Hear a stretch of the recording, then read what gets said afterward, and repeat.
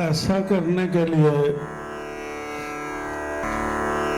समबुद्धि होना पड़ेगा। क्या होना पड़ेगा? समबुद्धि। हाँ, समबुद्धि तो जो सम ईश्वर है, जो हमारे बनाते हैं,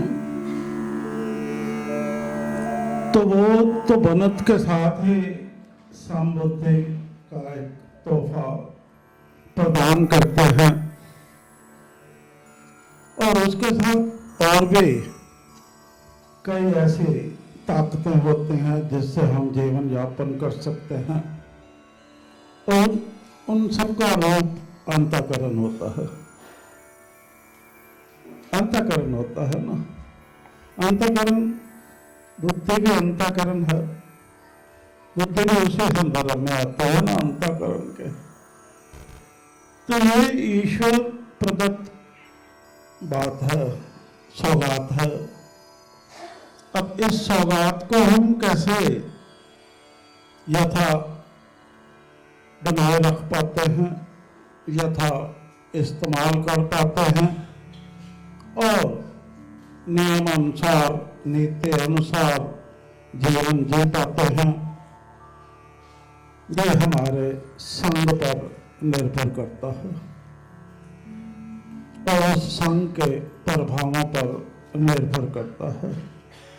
तो अगर प्रभाव हावी हो जाते हैं हमारे पर तो समबुद्धि कमजोर पड़ते हैं। एक हमें बुद्धि रोग ग्रस्त हो जाते हैं, बुद्धि रोग से वो बुद्धि या भ्रमित हो जाती है या कुछ भी हो जाता है, उसका बुद्धि दोष पैदा हो जाते हैं ना उसमें। तो हम ये समबुद्धि का जब सबक ले रहे हैं संभव समदृष्टि के अनुसार, जब ये सबक ले रहे हैं तो हमें उस सबक की पढ़ाई के दौरान ही अपने रोग की निवृत्ति, बुद्धि रोग की निवृत्ति करनी होगी ना। तभी हम अक्लमंद होकर, बुद्धिमान होकर, आनंद पूर्वक और शांति पूर्वक जीवन व्यतीत करने के योग्य बन सकते हैं। ठीक है, तो वहां क्या लिया था हमने इसके प्रति कि हम ऐसा करने वाले हैं। क्या क्या निश्चय लिया था? बोलो।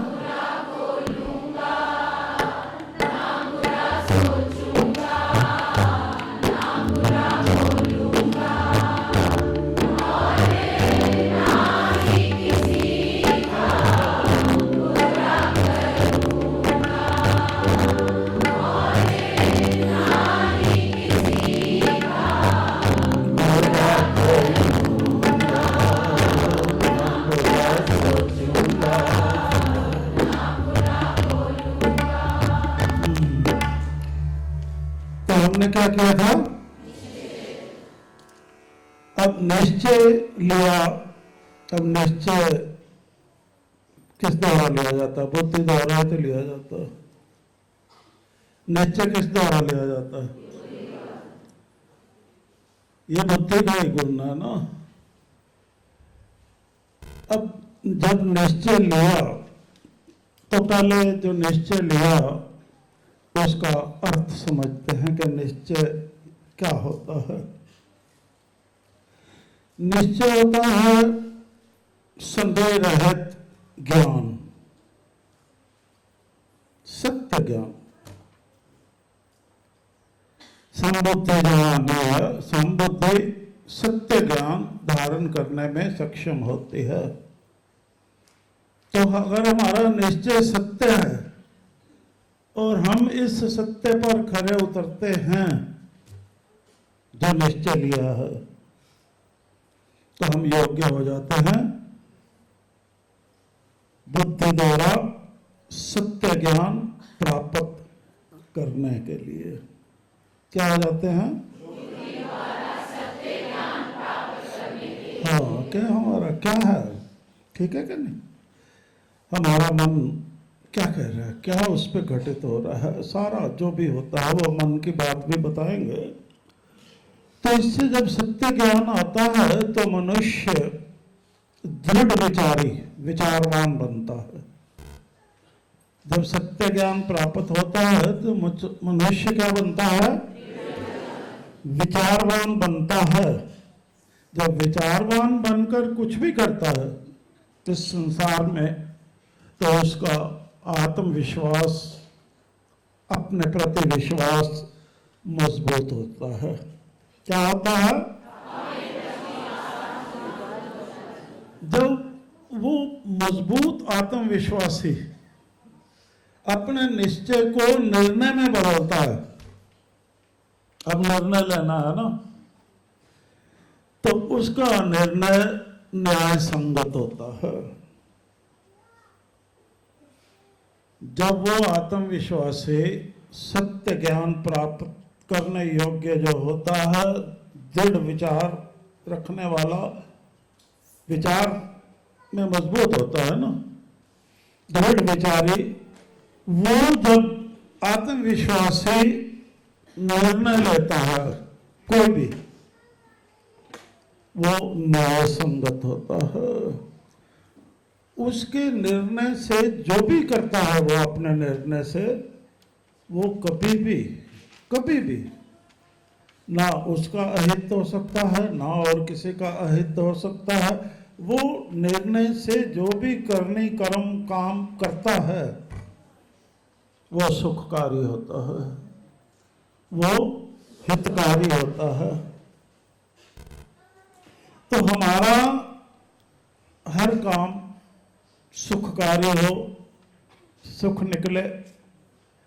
अब ऐसा क्यों होता है? क्यों होता है ऐसा?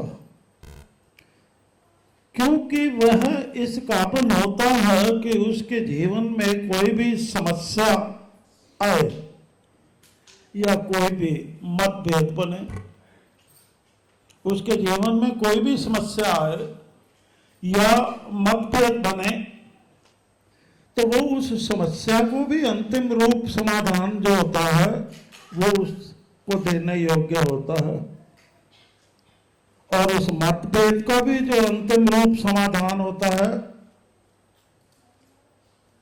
वो भी समेटने का हिम्मत रखता है, क्षमता रखता है। तो वो समस्या और मतभेद को अंतिम रूप से ऐसे करता है ना। अब समस्या आ गई, उसका समाधान लेना, समस्या के से समाधान जो है दोनों की संधि कर देता है।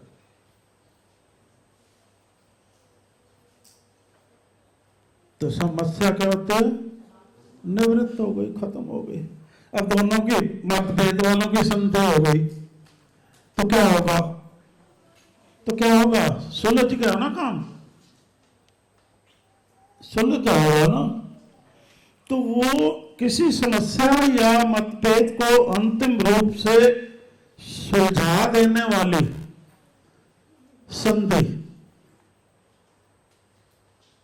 करने के योग्य होता है, तो करवाने के भी योग्य होता है। सो ये योग्यता हमें अफुर अवस्था में और आपसी एकता में बांधे रख सकती है। ये योग्यता समझ आई? कौन सी योग्यता? क्योंकि जब ये क्या होता है, इसमें क्या होता है, क्रिया चलती है, इसमें क्रिया चलती है, समाधान की क्रिया चलती है, और उसमें सिर्फ जो तथ्य होते हैं उन तथ्यों के आधार पर ही वो समाधान होता है। क्या होता है? तथ्यों के आधार पर ही समाधान लिया जाता है। और संधि हो गई, इसमें किसी को समझ रहे हो ना? जैसे हमें, आपको हमें, किसी को भी आज्ञा देने का विधान नहीं होता। क्या होता है? इसमें हम आज्ञा नहीं दे सकते किसी को। अब किसी को हुक्म करेंगे तो वो तो बड़े छोटे का सवाल हो गया। सम कोई आज्ञा नहीं देनी किसी को, आज्ञा नहीं होती ना। तथ्य जो होता है ना वो आधार होता है इस संधि का। तो कितनी सुंदर बात है ये कितनी सुंदर बात है। आज्ञा दे ही नहीं सकते ना, आप हमें आज्ञा दे सकते हो ना हम दे सकते हैं। अगर हम आज्ञा देते हैं आपको तो हमारी संधि हो ही नहीं सकती। हो सकती है? तो ये कितनी गहरी बात है ना? तो अब प्रार्थना कर लेते हैं पहले। आ जाओ। अब इतना पहले याद रखना जो कहा है, इस बात को निश्चय अभी बताया है। अभी किस पे आ रहे हैं? निर्णय। यही कहा था ना वहां पर कि पहले यही बात करेंगे, तो निर्णय पे भी आते हैं। चलो। शंख चक्र गदा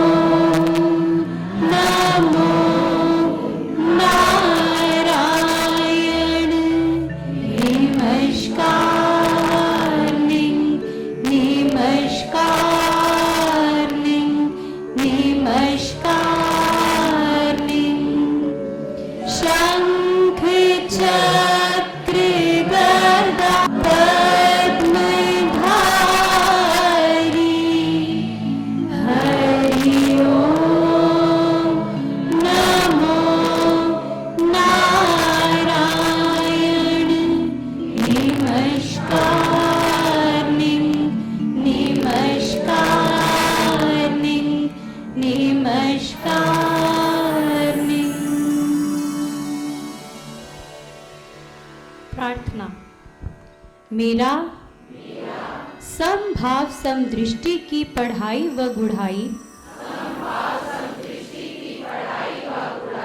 करने के पीछे मुख्य उद्देश्य है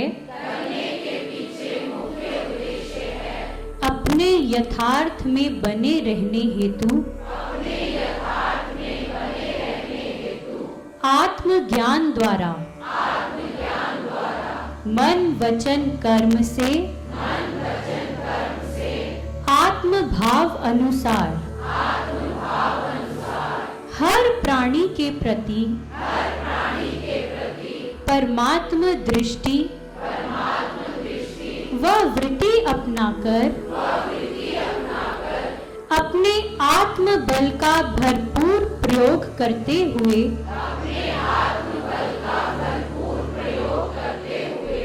अब तक धारण किए हुए सूक्ष्म से सूक्ष्म दोषों का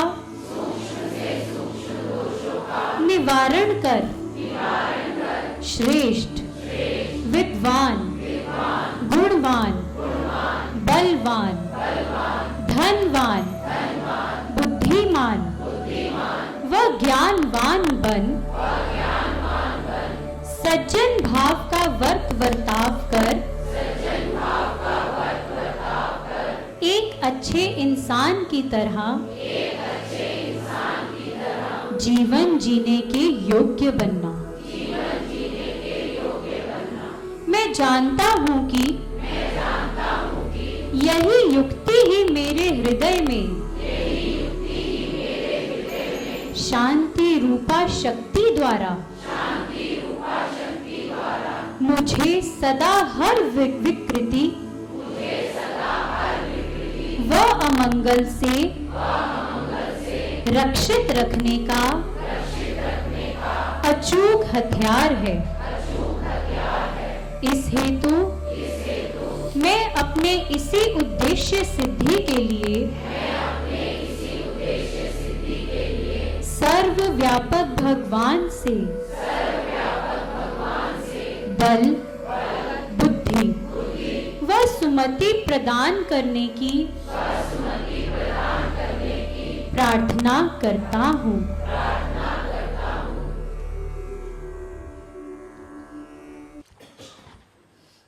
अब समबुद्धि पहले विचार करते हैं कि हमने समबुद्धि जो हमारा अपनी धरोहर है उसको मजबूती से फिर तंदुरुस्ती में लाना है कि नहीं, रोग निवारण जो भी बुद्धि रोग है उसका करना है या नहीं। अब उसके लिए आप हम सबके अंदर एक मजबूत भावना करने की पैदा हो तभी तो निर्णय ले पाएंगे ना। उसके लिए हम दो शब्द बोलने लगे हैं। पहले हमने सब ने यह विचार करना है कि हम चाहते क्या हैं।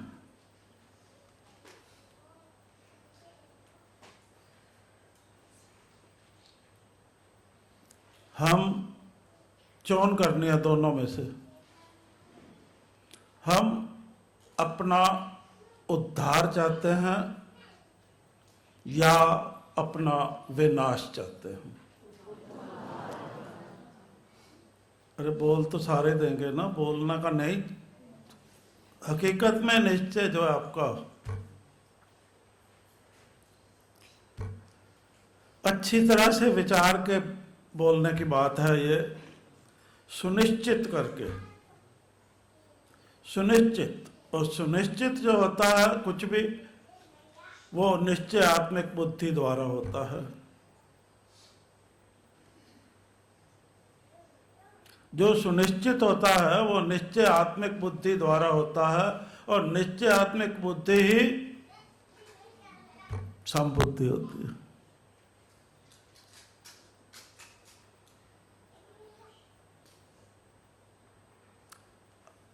अब पूरा विचार कर लो, हम क्या चाहते हैं, उद्धार या विनाश। दोनों ही मिसालें हमारे सामने हैं। उद्धार की भी मिसाल है और विनाश की भी मिसाल है। अब त्रेता युग की जो मशहूर मिसाल है वो राम उद्धार की मिसाल है और रावण विनाश की मिसाल है। अब त्रेता युग की मिसाल है कृष्ण, किस चीज की मिसाल है? हाँ? और कंस, और दोनों के पहले एक ही लफ्ज वही है।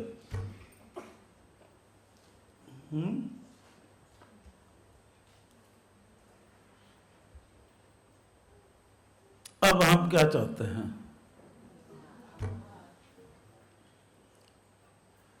अब अपने निश्चय को निर्णय में तब्दील करो कि हम क्या चाहते हैं। अगर तो हम चाहते हैं कि उद्धार, तो हमें समबुद्धि होना पड़ेगा।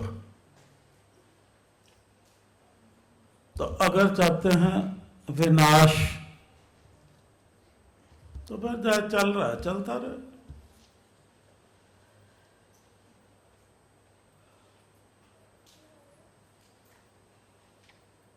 विचार कर लो।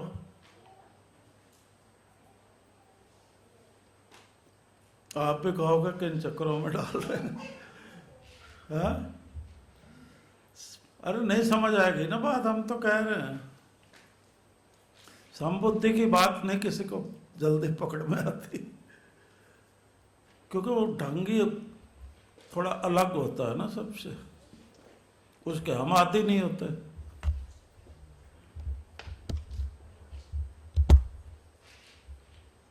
निश्चय लो, निश्चय जल्दी निर्णय करो, अपना भाग्य का निर्णय करो, उद्धार या विनाश।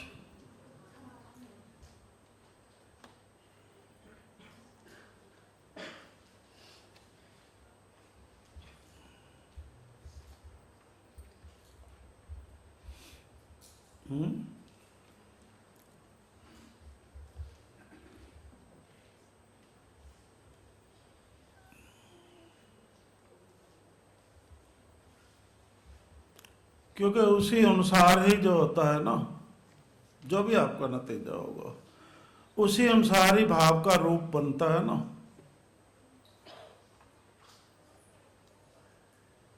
तो स्वभाव भी उसी तरह से बनता है इंसान का।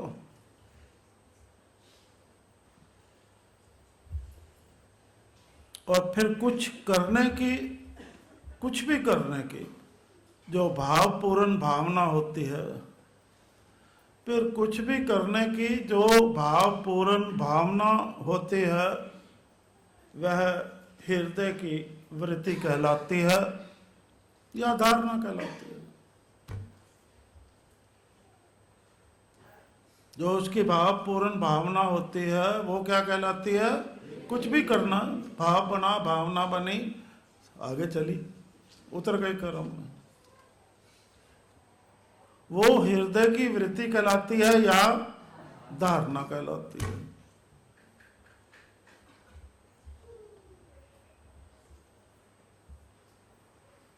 अब ये हम पूरा फिर जो भी है बताया जाएगा ना आपको, कुछ थोड़ा थोड़ा करके तरीके से।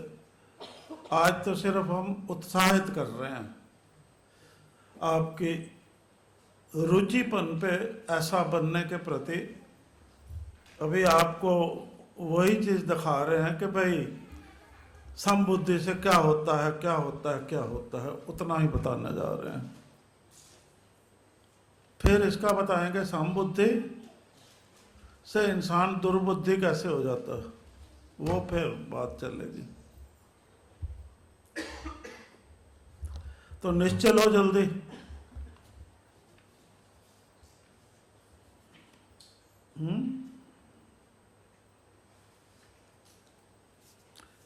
जल्दी निश्चय लो जी। ऐसा बनना हर काम निष्काम भाव करने के योग्य बनना है। ऐसा बनना संभव संबुद्धि से योग्यता क्या प्राप्त होगी? निष्काम भाव करने के योग्य व्यक्ति बन जाओगे। अब क्या बन जाओगे? तो कामना खत्म। कामना खत्म तो क्या हो गया? खेल समाप्त।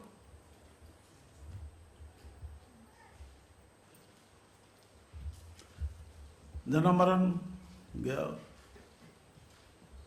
बोलो बोलो जल्दी जल्दी बोलो, फिर ग्रंथ में से भी तो बताएंगे ना बाद में, फिर अभी तो नहीं बता रहे। निश्चय क्या हुआ? है? आवाज नहीं आई। विनाश का क्या होगा? फिर कौन जो कर रहे हैं उसका क्या होगा?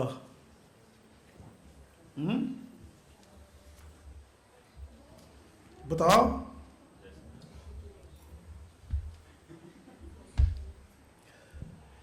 हमारा ये निर्णय ठीक है या गलत है? है? क्यों ठीक है? हम मानते हैं, पर हमें पता तो होना चाहिए क्यों ठीक है।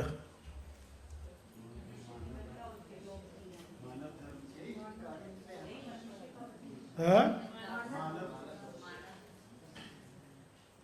बताएं। क्योंकि जो हमारा बुद्धि बल होता है ना, जो हमारा बुद्धि बल होता है, बुद्धि बल ही काल का बल होता है।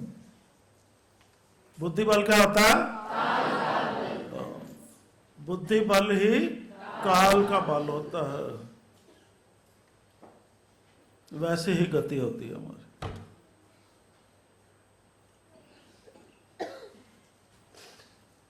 वैसे हम मर नहीं सकते। अगर हमारा बुद्धि बल मजबूत है, संबुद्धि है, तो हम नहीं मर सकते, अमर है। तो जब वो भेद आ जाता है, बुद्धि बल का भेद बन जाता है, तो मरना निश्चित होता है।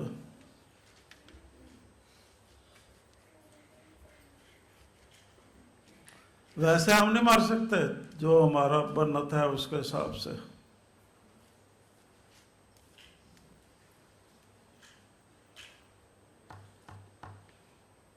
उत्साहित कर रहे हैं सबको ऐसा करने के लिए। समझ आई बात? मरना चाहते हैं तो फिर बुद्धि बल, स्थिर बुद्धि होना पड़ेगा बिल्कुल ही। अब समबुद्धि हो या स्थिर बुद्धि हो, एक ही बात है।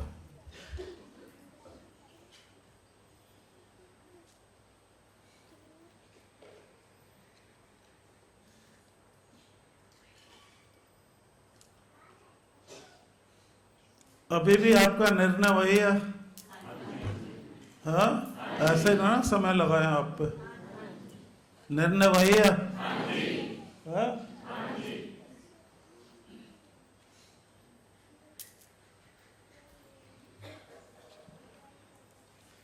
चलें फिर आगे।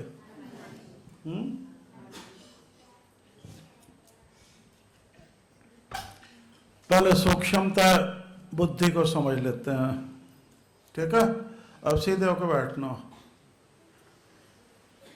आज सिर्फ उत्साहित कर रहे हैं आपको, अच्छा अच्छा जो है वही बता रहे हैं।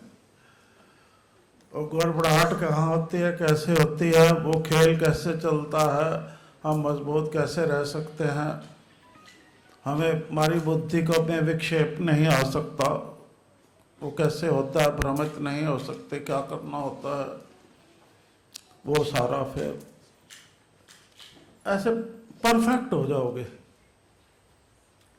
जो समबुद्धि होती है ना, जो अंग्रेजी जानते हैं, वो परफेक्ट बुद्धि होती है। क्या होती है? बस उससे नीचे परफेक्शन कभी नहीं आ सकती, जितना मर्जी पढ़ लो आप। तो आपको परफेक्ट बनना है भाई, बात तैयार हो और आपका निर्णय,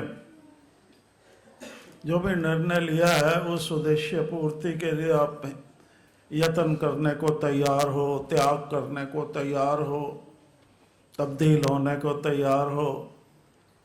ठीक है, तैयार हो? तो बुद्धि मनुष्य आदि का एक अंतःकरण क्या है? अंतःकरण जो निश्चयात्मक है, जो यह मनुष्य के बुद्ध होने की अवस्था या भाव होता है, जो उसके ज्ञानी व विद्वान होने का प्रतीक होता है। बुद्धि की अवस्था से ही परख होती है कि ये ज्ञानी है या विद्वान है या नालायक है। बुद्धि जानने, समझने, विचार करने और निश्चय करने की शक्ति है, जो निश्चय आपने किया था। तो अगर वो निश्चय को आप जानते हो, अगर आपने वो निश्चय जो लिया था जान समझकर और विचार कर लिया था, तो फिर तो आप कामयाब हो सकते हो। तो अगर सारे ले रहे हैं तो हमने भी ले लिया, उस तरह लिया, तो फिर कामयाब नहीं हो सकते। अब विचार करो कैसे लिया था। जो निश्चय लेने जा रहे हो उसको जान समझ और वह विचार करके लिया था, ताकि फिर रुक ना पाओ।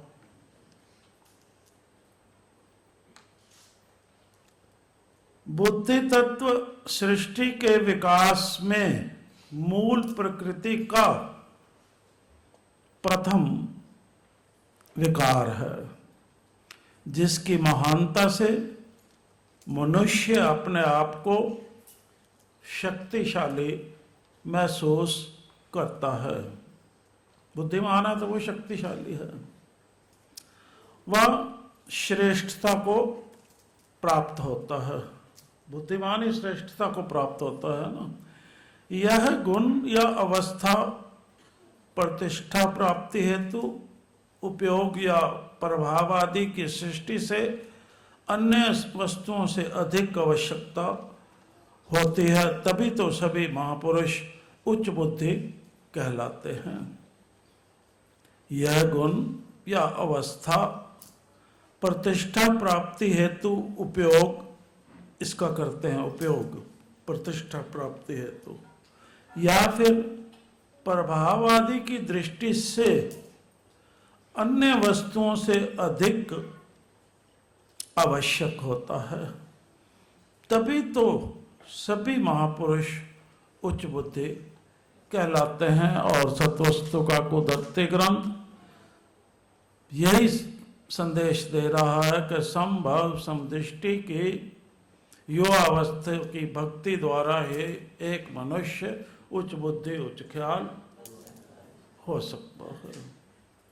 यही है ना। तो अब हम समझते हैं कि समबुद्धि उच्च बुद्धि उच्च ख्याल होने के लिए समबुद्धि है, कैसे है वो? ग्रंथों में लिखा हुआ। अब समबुद्धि कौन होता है? हानि लाभ सुख दुख शत्रु मित्र आदि को समान समझने वाला, जो पक्षपाती ना हो, वही समबुद्धि कहलाता है। कभी विचलित ना होने वाली बुद्धि से युक्त, यानी जो हर परिस्थिति में सदा स्थिर बुद्धि होता है, ऐसे व्यक्ति की सदा एक ही मानसिक स्थिति रहती है। जो स्थिर बुद्धि होता है उसकी मानसिक स्थिति एक रस रहती है। ऐसा समरस व्यक्ति ना तो अपनी प्रशंसा सुनकर हर्षित होता है और ना अपनी निंदा सुनकर दुखी या क्रुद्ध होता है। तभी ही तो वह सदा आनंद में पूर्णतः लीन रह पाता है। इसीलिए तो समरस समाज के निर्माण से ही मानव समुदाय में परस्पर प्रेम के कारण होने वाली समरूपता या एक रूपता हो सकती है। कैसे हो सकती है?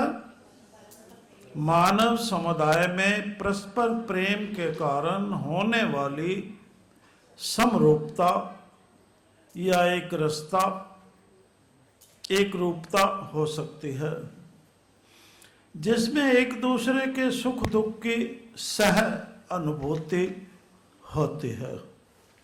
यह वह स्थिति होती है जिसमें परस्पर किसी प्रकार की विपरीतता या विषमता नहीं होती, यानी सामंजस्य पूर्ण स्थिति, पारस्परिक विरोध हटाकर सामंजस्य कराने का मत है। ये करने और यानी देखने या सोचने समझने की विशेष दिशा है, वृत्ति है, ढंग है, जैसे दृष्टिकोण कहते हैं।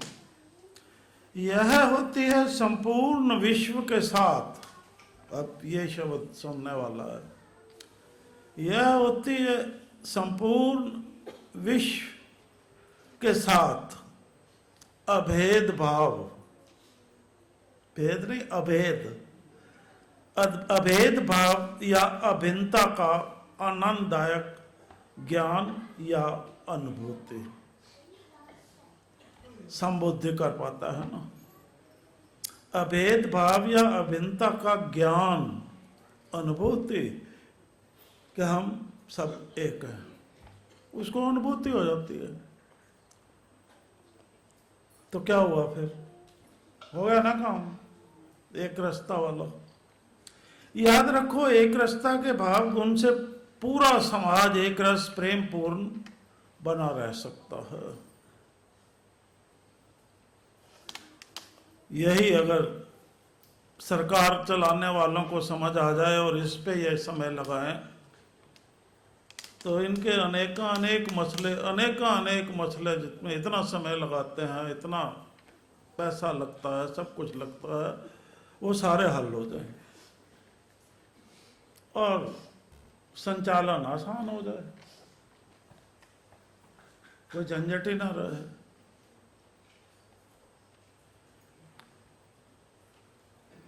और अगर हम समाज में एक रास्ता लाने में सफल हो जाते हैं तो भारत क्या होगा? अभेद्य राष्ट्र हो जाएगा। इसको कोई नहीं भेद सकता। फिर अगर हम पूर्ण समाज में एक रास्ता लाने में सफल हो जाते हैं तो भारत क्या कहलाएगा? अभेद्य राष्ट्र हो जाएगा, कोई भेद ही नहीं सकता इसको। तो करने की तो ये बात है, बाकी क्या है? हथियार इकट्ठे करते रहो, लड़ते रहो, मरते रहो, डरते रहो एक दूसरे से, वो मार देगा, वो मार देगा, उसके प्रबंध करते रहो, वो कैमरा फिट करो, अब ये करो, वो करो। ये तमाशा है ना सारा, है?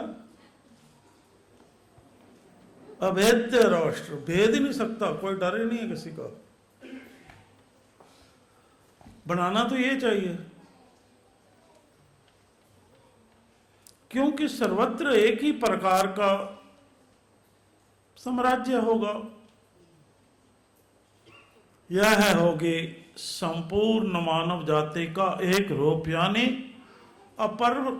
अपरिवर्तनशील व निर्विकार अवस्था, अपरिवर्तनशील व निर्विकार अवस्था में बने रह, आपस में तालमेल रखते हुए सद्व्यवहार करना। तो काम हो गया। अब ये अगर शिक्षण प्रणाली में आ जाता है सारा, तो काम आसान हो जाता है। ये जनरेशन नहीं कर पाएगी जो बैठे हो आप। तो जो जनरेशन आ रही है उनको केजी से ये लगता है सबक क्लास में पढ़ाया जाता है, घर में पढ़ाया जाता है, तो वो कर पाएगा, कर पाएगा ना वो। तो यही यत्न द्वापर में भी हुआ, जिसका वर्णन गीता में है।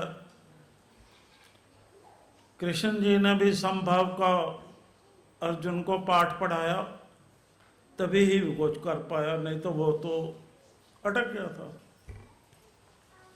उन्होंने और कोई पाठ नहीं पढ़ाया, समभाव का ही पाठ पढ़ाया उसको। यही तो हमें समझ नहीं आ रही, क्यों नहीं समझ आती हमें। हम पढ़े जाते हैं गीता को पढ़े जाते हैं और बनाते जा रहे हैं मंदिर। अरे तुम उसका करो। उन्होंने समभाव का पाठ पढ़ाया अर्जुन को, तो समभाव पढ़ाओ सबको, ताकि वो अर्जुन जैसे बलवान बने, निर्भय इंसान बने ना। तो वो पाठ पढ़वाओ, प्रबंध करो उसका। या वो मान्यता छोड़ दो, एक तरफ तो लगो ना। मान्यता भी है और करते भी नहीं है, चाहे जो भी हैं सज्जन। तो समबुद्धि को ही स्थिर बुद्धि कहते हैं। निश्चयात्मक बुद्धि, वाह, ये बुद्धि जो है ना व्यवसाय में भी काम आती है। व्यवसाय आत्मिक भी बुद्धि कहा गया है इसको। इसमें हम जो अपना जीवन यापन करने के लिए कमाई करनी होती है ना, उसमें भी काम आती है ये। ऐसी बुद्धि में केवल मात्र एक सच्चिदानंद परमात्मा का ही निश्चय लेना होता है। अब ये निश्चय है। अब ये निश्चय क्या है, यहाँ कहने का तात्पर्य क्या है?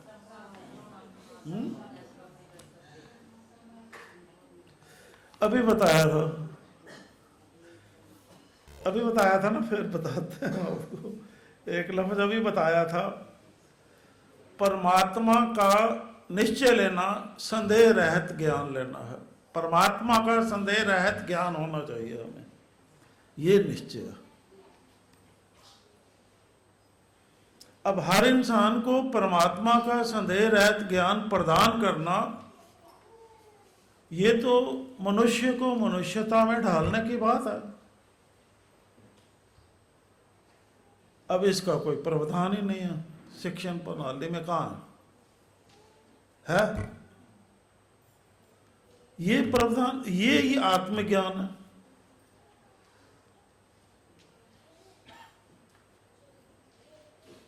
ये आत्मिक ज्ञान है ना, परमात्मा का संदेह रहित ज्ञान प्रदान करना। आप ज्ञान प्रदान करो तो क्या होगा? संदेह रहित ज्ञान प्राप्त हो गया तो वो दृढ़ विचार बन गया। दृढ़ विचार बन गया तो आत्मविश्वास हो गया, क्योंकि उसको ज्ञान प्राप्त हो गया अपना, तो आत्मविश्वासी हो गया। आत्मविश्वासी हो गया तो बलवान नहीं हो गया, बुद्धिमान हो गया।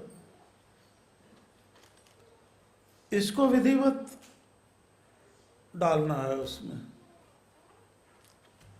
और डालना ही पड़े होगा ना, तभी ये काम आगे बढ़ेगा। ऐसी बुद्धि में केवल एक सच्चिदानंद परमात्मा का ही निश्चय रहता है। अब यहां निश्चय का अर्थ नहीं समझ आ रहा ना, वैसे पढ़ने से नहीं समझ आता। अब पढ़ने से इनको समझ ही नहीं आ रहा।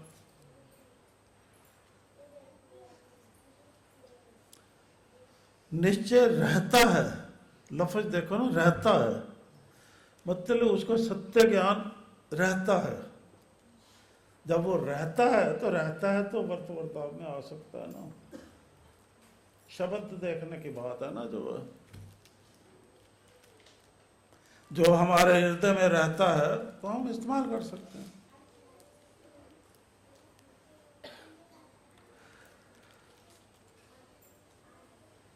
तो क्या होता है जब ये रहता है हृदय में, तो क्या होता है?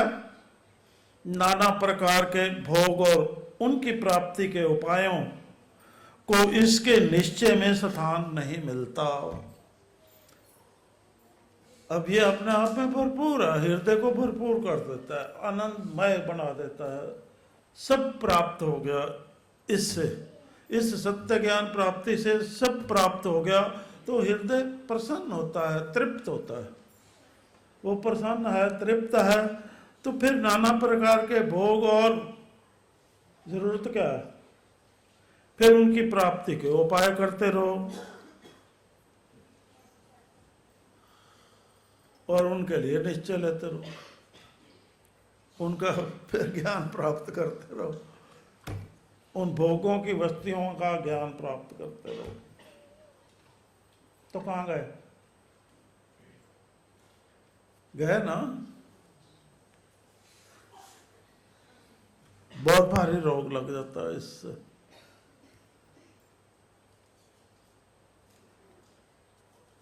समझ आई बात?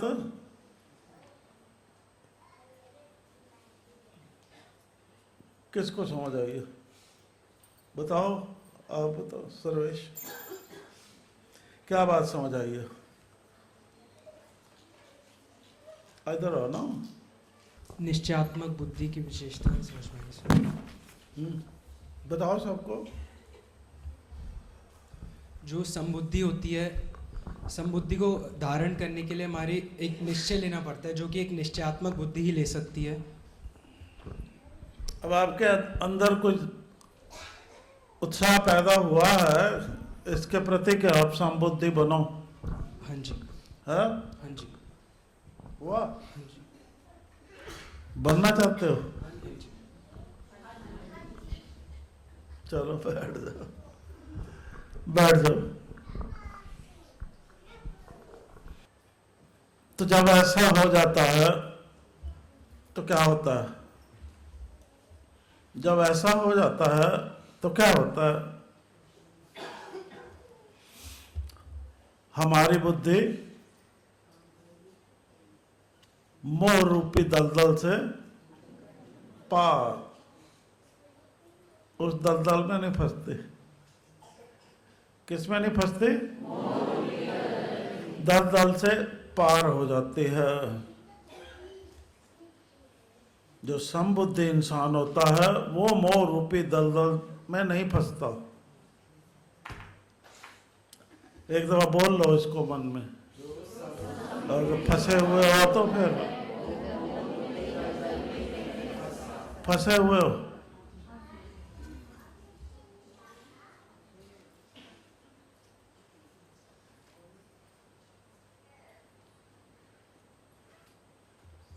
जब वो नहीं फंसता तब इस लोक व परलोक के भोगों से विरक्त हुई बुद्धि का विक्षेप दोष रहित होकर एकमात्र परमात्मा में ही स्थायी रूप से निश्चल टिक जाना ही परमात्मा में अचल व स्थिर ठहर जाना है। वो परमात्मा में निश्चल अचल ठहर जाता है उसकी बुद्धि। घर में ख्याल उसका अपने घर में रहता है, निश्चल अचल, उसको कोई हिला डुला नहीं सकता, ठहर जाता है। तो हर घड़ी हर पल हर क्षण परमात्मा के साथ भी है और विचार ईश्वर अपना आप संबुद्धि मजबूत होता है उस पर।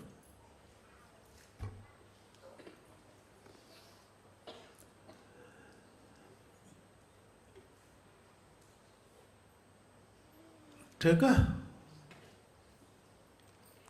अब बात समझ आई है। आज हम इतना ही रखते हैं आपके लिए, क्योंकि पहले आप अपने निर्णय पे मजबूत हो जाओ, फिर ही आगे चले ना। या समबुद्धि सिर्फ बता दें समबुद्धि सिर्फ।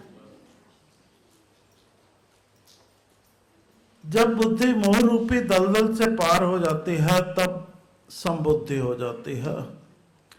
तब इस लोक व परलोक के भोगों से विरक्त हुई बुद्धि का विक्षेप ऊपर या इधर उधर फेंकना या डालना, ख्याल को बाधा डालना, ख्याल के विघन डालना, कुछ भी दोष से रहित होकर एकमात्र परमात्मा में ही स्थायी रूप से निश्चल टिक जाना ही परमात्मा में अचल व स्थिर ठहर जाना है।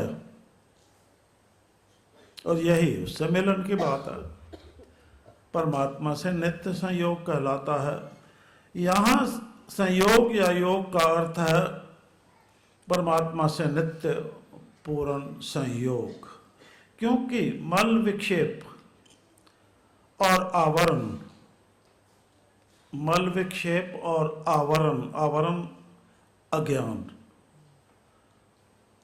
आवरण क्या है?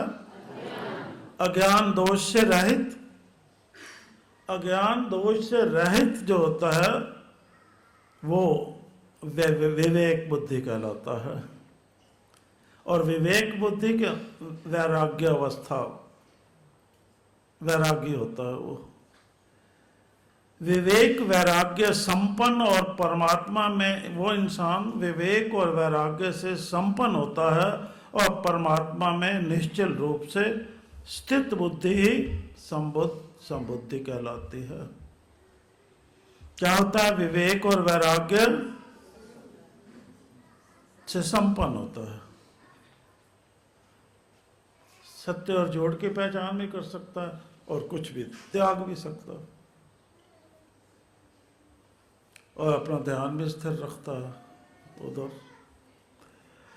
सर्वत्र परमात्मा बुद्धि हो जाने के कारण सहृदय व मैत्री भाव उसमें आ जाता है।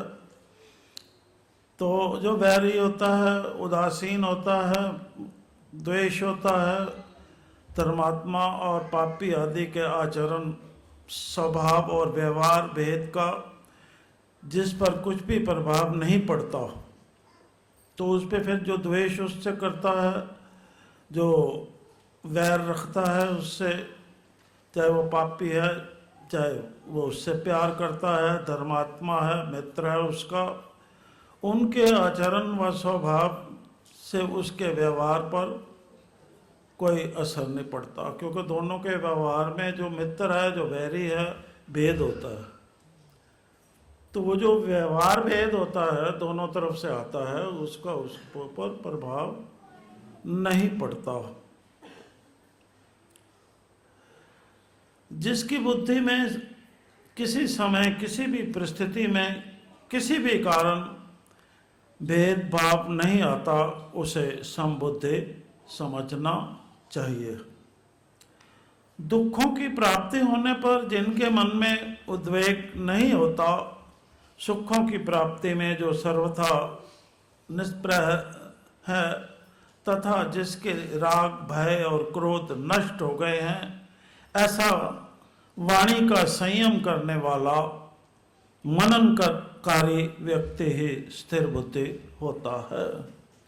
स्थिर बुद्धि मनुष्य के अंतःकरण में सूक्ष्म कामना, स्प्रह होता, सूक्ष्म कामना भी नहीं होती। सूक्ष्म कामना रूपी दोष का सर्वथा अभाव होता है।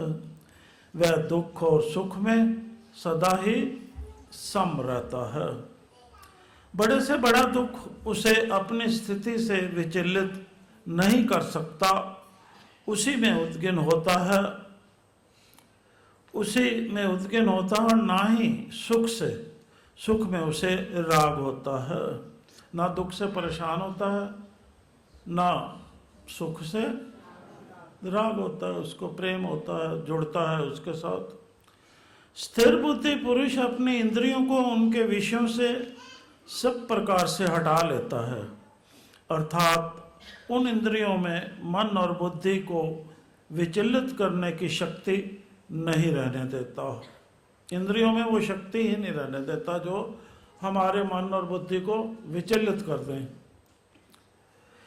क्योंकि उसकी इंद्रियां विषयक आसक्ति परमात्मा के साक्षात्कार से निवृत्त हो जाती है और प्रसन्न व निर्मल मन वाला वह स्थिर मति सभी बंधनों से मुक्त हो जाता है।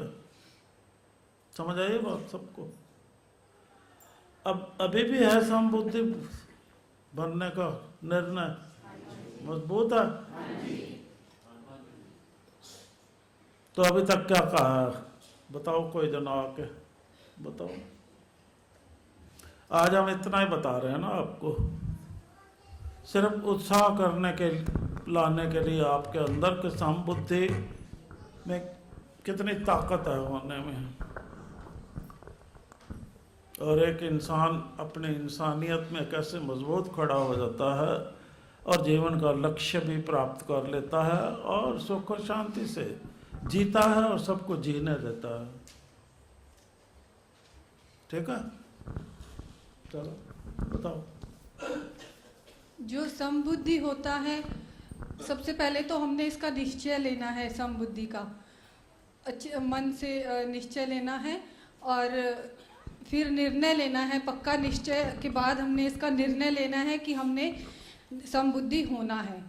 तो जो समबुद्धि इंसान होता है वो सब कामनाओं से कामनाएं उनकी हट जाती हैं और मोह रूपी जो दलदल है उससे भी बच जाता।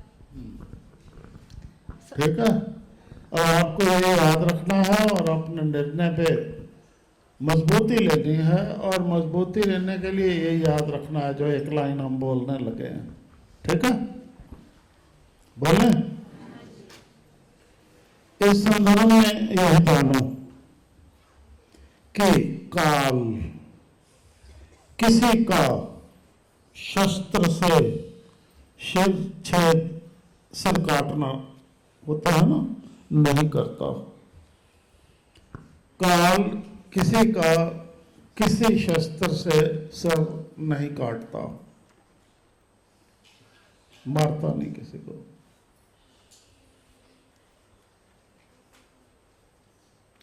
काल किसी शस्त्र से किसी का सर नहीं काटता, पर ऐसा कौन करता है? जब हम मर जाते हैं, मरते हैं, बार बार मरते हैं, दिन में 100 बार मरते हैं, वो कौन करता है? काल नहीं करता तो कौन करता है? बुद्धि भेद करता है। हमारी बुद्धि की इस वक्त ये अवस्था है, वो कर रहा है, जो चल रहा है अंदर, वो हमारा सर काट रहा है, वो हमें परेशान कर रहा है। यह अवस्था हो गई तो वो तब्दीली हो जाती है, उसमें हमारी सोच में ही तब्दीली हो जाती है। तो क्या करता है ये काम? कौन करता है? बुद्धि भेद करता है, जिससे मनुष्य को, अब बुद्धि भेद जब करता है ऐसा तो पता भी नहीं लगता मनुष्य को। जब बुद्धि भेद ये कर रहा होता है तो मनुष्य को गलत रास्ता ही सही लगता है। क्या होता है? गलत रास्ता ही सही लगता है। वो धड़ल्ले से कहता है कि मैं सही चल रहा हूं।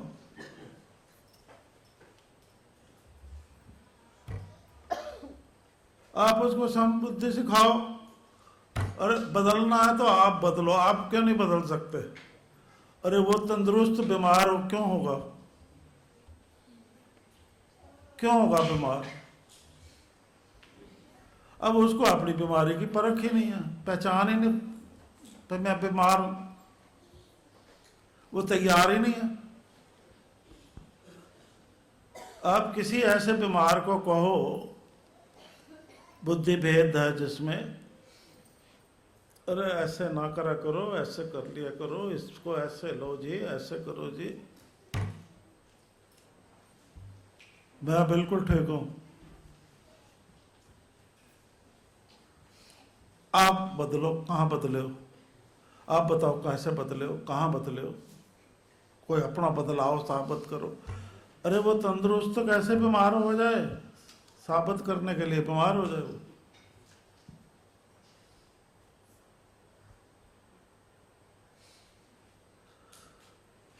सो जिससे मनुष्य को गलत रास्ता ही सही लगता है, जब गलत रास्ता ही सही लगता है तो वो मनुष्य किधर बढ़ रहा होता है? वह अपने विनाश की ओर बढ़ रहा होता है। वह किधर बढ़ रहा होता है? वह विनाश की ओर बढ़ रहा होता है।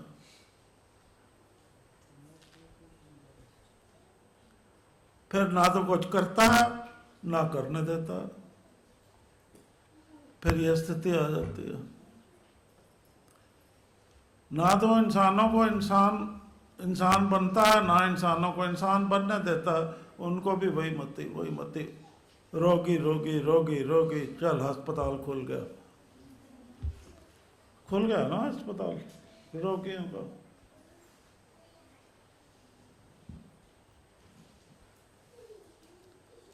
सो जब बुद्धि भेद रोगियों का गिनती बढ़ जाती है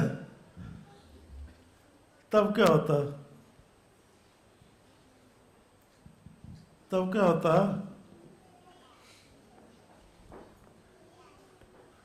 जब बुद्धि भेद रोगियों की गणना बढ़ जाती है, सब भी परेशान होते हैं अपने आप में, तब क्या होता है?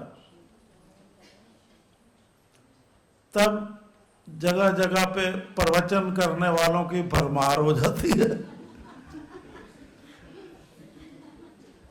तब जगह जगह पे प्रवचन करने वालों की भरमार हो जाती है। ऐसा ही होता है।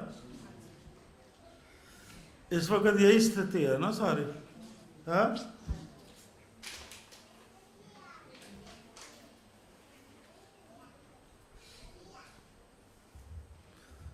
तो ये अच्छी व्यवस्था, ऐसा होना, ये अच्छी व्यवस्था नहीं है। अब ये खुश नहीं होना चाहिए, इतनी भीड़ बैठी है मेरे सामने, ये कोई खुशी की बात नहीं है।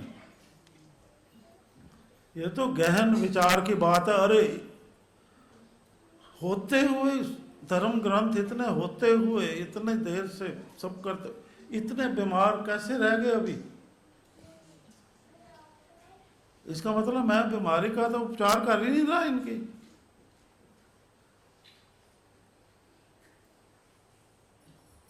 बीमारी का उपचार थोड़ा हो रहा होता, हो रहा होता। तो फिर ये सारे लिखने वाले को इनको बुद्धि नहीं ठिकाने आ रही, ये भी भाग जाते हैं। कलयुग का खेल ऐसे चलता है। पर अब तो समय बढ़ रहा है उधर ही कि जहां ये सब रुकना पड़ेगा ये सारा कुछ। तो हमें कोई किसी को अधिकार नहीं है मनुष्य को कि मनुष्य को अपने सामने झुका दे। कोई अधिकार नहीं है ईश्वर की तरफ से या किसी को झुकाए, कहीं भी नहीं लिखा हुआ ये अधिकार।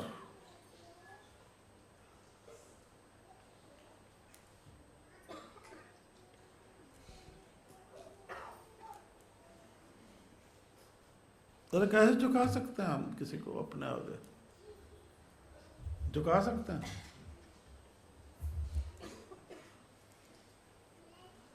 वो झुकाने से तो निष्कामता गई। ये झुकने में ही कितनी कामना होती है। वो झुक रहा मेरे सामने, कितनी कामना है। वो कामना मुझे अच्छी लग रही है, वो झुक रहा है, मैं खुश हो रहा हूँ, तो वो कामना बढ़ती है। आज 4 झुके हैं, कल 10 और, अरे ये आया था, ये इसने सर ही नहीं झुकाया, और फिर ना सबको यही करते रहो, है कि नहीं? इससे तो अच्छा है ना, जो जैसे है ठीक है, सब ठीक है, ठीक नहीं जी? कहाँ हो?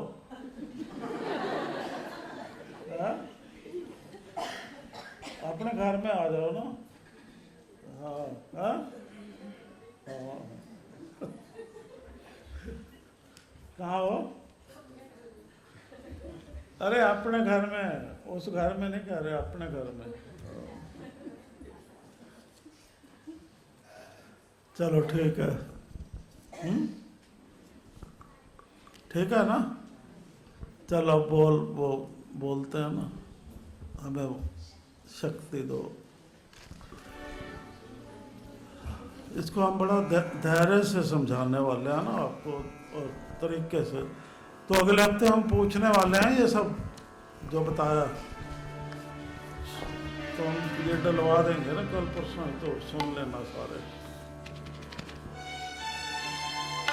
हमें शांति दो। इसमें ना शास्त्र में इतना सुंदर लिखा हुआ है ना, जब हम बताएंगे पता नहीं क्यों नहीं पकड़ में आया हम सबकी।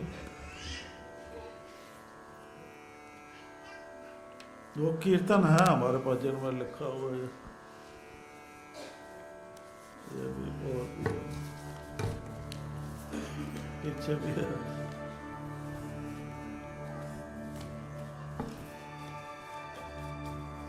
इतना सुंदर है ना, और बिल्कुल समझ आने वाला। चल बोल। हमें शांति दो, हमें शक्ति दो, हमें शांति दो,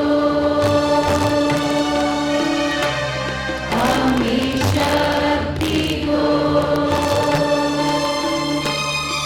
हमें शांति दो, हमें शक्ति दो, हमें शांति दो, हमें शक्ति दो, हमें शांति दो, हमें शक्ति दो, हमें शांति दो, हमें शक्ति दो, चलो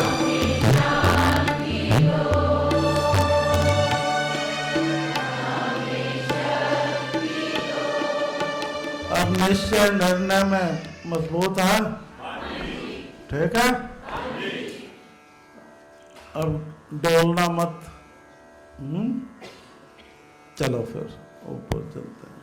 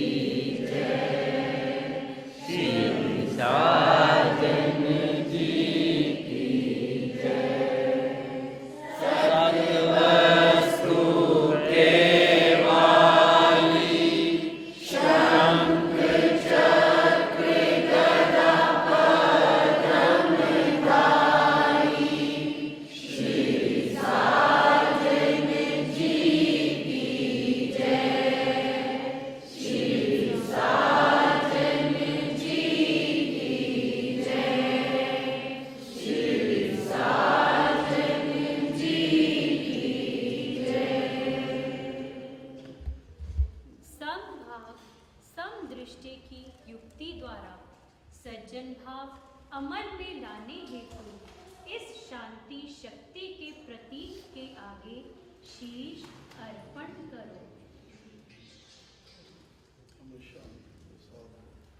हमें शांति दो।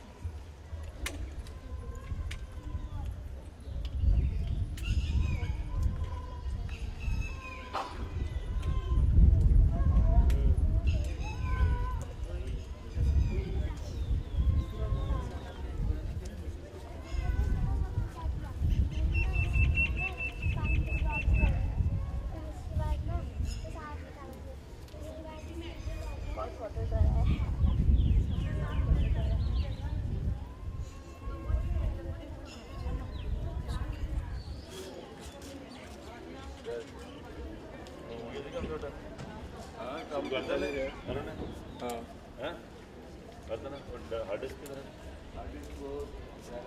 आपको नहीं ले लेने में ना न्यू कॉपी करने